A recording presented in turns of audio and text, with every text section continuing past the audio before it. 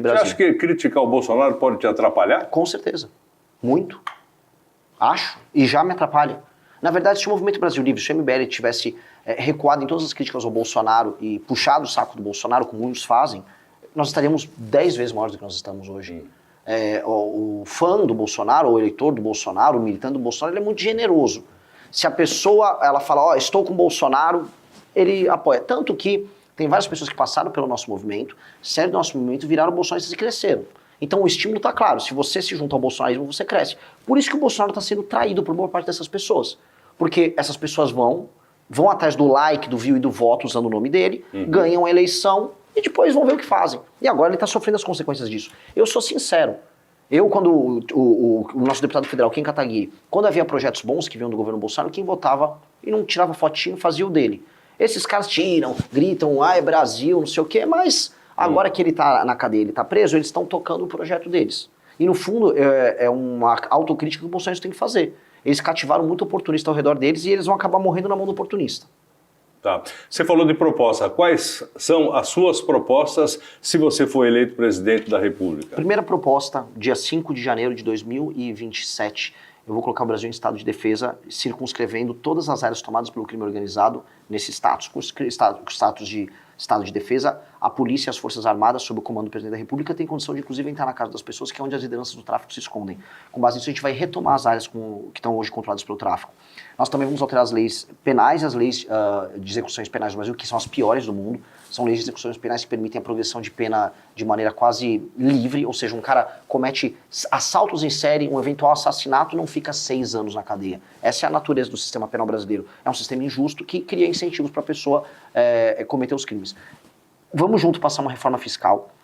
Precisa passar no Brasil uma reforma fiscal muito abrangente, que mexa em privilégios, que mexa na natureza do Estado brasileiro, que mexa em renúncia fiscal, que mexa no reajuste não só do Bolsa Família, mas do BPC e da aposentadoria. E vamos precisar falar isso. Eu sou o único pré-candidato que está falando, eu vou mexer nessas coisas que são impopulares.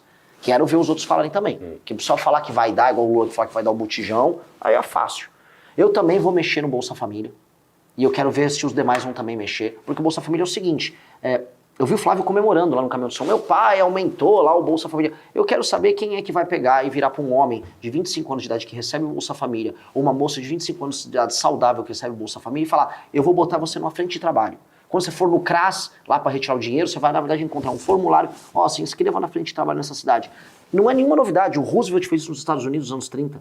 O Brasil vai ter que fazer isso. Eu não posso permitir que um motoboy, um entregador, um motorista de Uber que está ralando 7 dias por semana para sustentar a família dele, banque o salário de uma pessoa saudável, um marmanjo que quer receber o Bolsa Família. E tem milhões nessa condição. Nós não podemos permitir isso. Eu vou mexer nisso também. Outra coisa que nós vamos mexer, que é bem claro, vamos fazer uma reforma administrativa no Brasil, reduzindo o número de municípios e criando uma coisa que eu chamo de sistema de incentivo, que altere a dinâmica desses prefeitos, que hoje os prefeitos são apenas operadores de emenda. Se nós fizermos essas 3 grandes coisas, resolver crime organizado, resolver a questão fiscal no Brasil com uma reforma de competitividade para o Brasil crescer e diminuir imposto, e fazer uma reforma administrativa, eu mato o Centrão, eu mato o crime organizado e eu mato as mamatas do Brasil. E aí é uma questão de crescer e ficar um país sério. Tá. Só que você está falando em 513 deputados, 81 senadores. Quantos deputados você e o seu partido pretendem fazer este ano dessa eleição e senadores também? Porque tudo que você falou, também concordo, é lindo, maravilhoso, mas só que precisa aqui de voto. Sabe que essa é a pergunta que absolutamente todos fazem. Porque assim, legal, suas propostas são boas, mas qual é a viabilidade delas? Eu preciso só lembrar, se eu ganhar a eleição, eu estou sendo um partido que tem 3 meses de idade, eu ganhando a eleição ali em outubro, significa que eu consegui convencer mais de 51% da população brasileira disso, portanto eu vou eleger uma bancada formidável. É o básico, se eu ganhar para presidente, eu vou fazer uma bancada muito grande. E mais, eu vou ter interferido na eleição do Centrão, ou mesmo de figuras do PL e partidos dessa natureza, que vão ser, vamos dizer, fundamentados na eleição deles no tema central do cara que ganhou a eleição, que é o que acontece toda vez que alguém ganha uma eleição. Ele faz uma bancada e o tema da campanha dele puxa os deputados. E com base nisso, eu vou formar no mínimo uma maioria simples, que é o que um presidente consegue, maioria simples. Aí eu não tenho medo de fazer composição. Não teria problema em fazer composição. Porque eu vou fazer composição baseada em ladrão e composição baseada apenas em usar o ministério para fazer loteamento. Esse é o ponto central da gente iniciar o mandato. E aí eu vou fazer uma coisa que o Bolsonaro deveria ter feito quando entrou no mandato dele. Eu vou iniciar o meu mandato enfrentando o crime organizado. Todo mundo que enfrenta o crime organizado, não só aqui, mas em outros países, aumenta a popularidade e joga ela lá pro alto. O Bukele fez isso em El Salvador, jogou a popularidade dele para quase 90%. O Bolsonaro deveria ter feito isso quando ele virou presidente. Eu achei que ele ia fazer isso. Ele ia ficar rodando de helicóptero lá as favelas. Eu vou matar esse vagabundo aí. Ele não fez. É o que eu vou fazer. Eu vou matar vagabundos junto com a polícia. Vai ser a primeira coisa que nós vamos fazer. E a popularidade do presidente vai subir porque a gente vai dar um choque de lei em ordem, vai cair o número de homicídios, roubos e assaltos.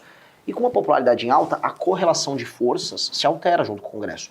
E aí eu posso passar a agenda fiscal, que é uma coisa mais difícil. E aí eu posso construir para passar a reforma administrativa, que também é uma coisa mais difícil.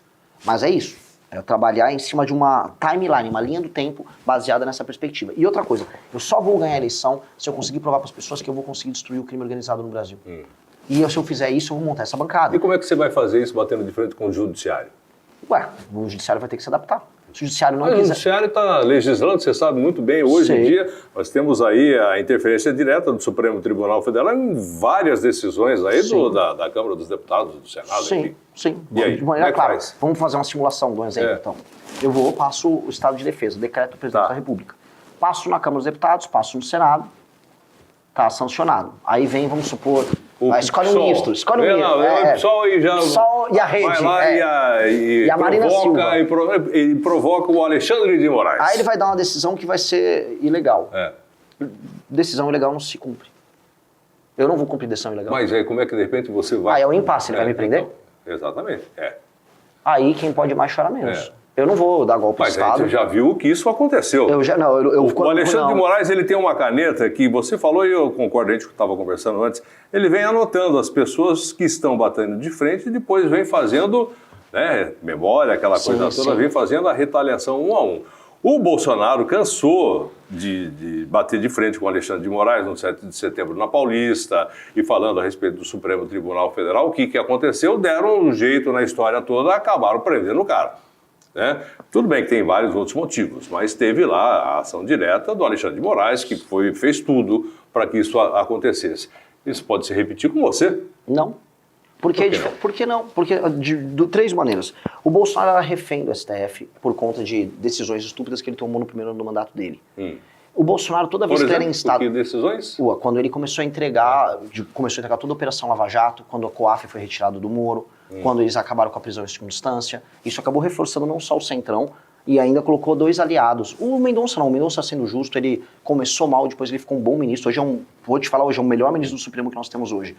O Cássio Nunes não, o Cássio Nunes foi uma decisão muito ruim. O Augusto Aras, ele basicamente acabou com os processos que tinha contra autoridades que já estavam rolando, por exemplo, com a Raquel Dodge anteriormente. Então, o peso relativo do STF para com o Poder Executivo se alterou durante o governo Bolsonaro. Isso é um fato da realidade. A gente começou a falar do STF hipertrofiado durante o governo dele. Ele acabou reforçando isso. O Bolsonaro poderia ter acabado com as decisões monocráticas que tinha passado na Câmara dos Deputados e passou no Senado, e ele vetou isso. Isso basicamente entregou muito poder para Alexandre de Moraes. Ele acabou, na fraqueza dele, dando a faca para a mão que apunhalou ele.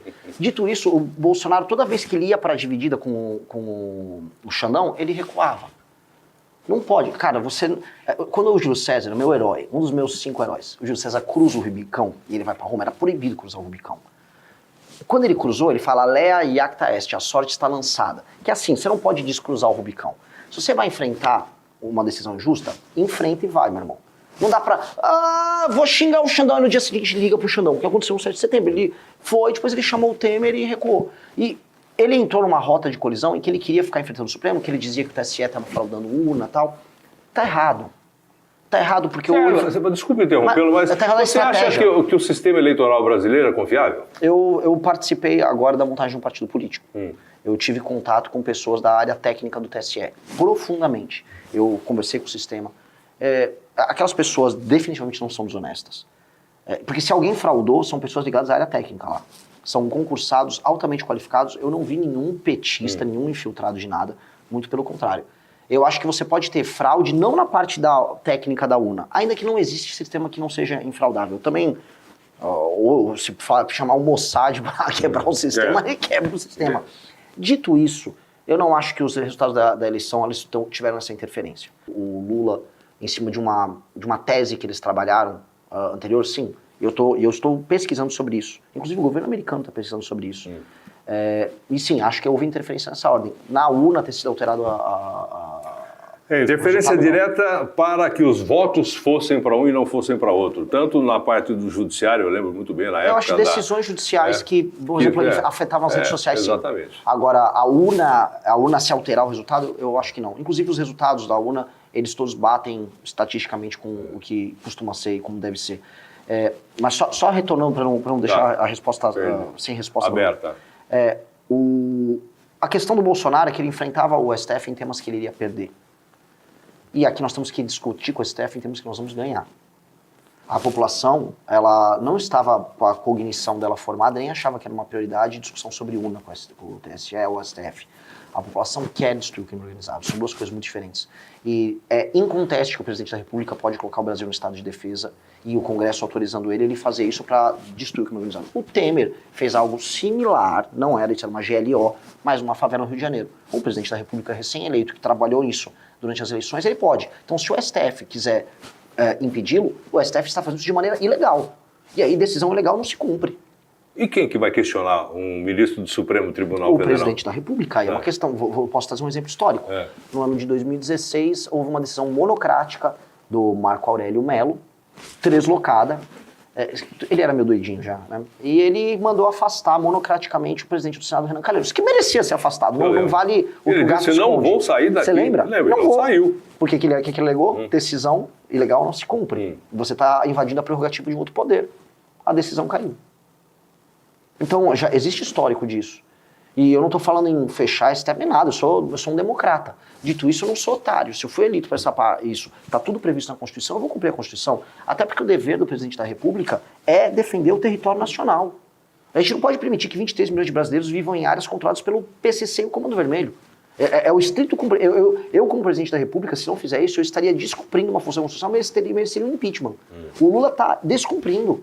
O próprio Bolsonaro, o Temer, todos os presidentes que não atacaram essa área, eles estavam em descumprimento da Constituição. E eu digo mais, as Forças Armadas brasileiras deviam ter vergonha delas próprias em permitir uma coisa dessas. Cidades inteiras. Questão de segurança nacional, cidade de Santa Quitéria, lá no Ceará, tem cidade urânio. Toda tá fora. E urânio, eles têm urânio. Tem urânio na mão do Comando Vermelho hoje. Isso é loucura. Não tem mais nenhum habitante, saíram todos da cidade. Isso é uma outra. A de Santa Quitéria é o prefeito do Comando Vermelho. Ainda tem habitante, mas tem urânio. Tá certo, tem urânio. Tá.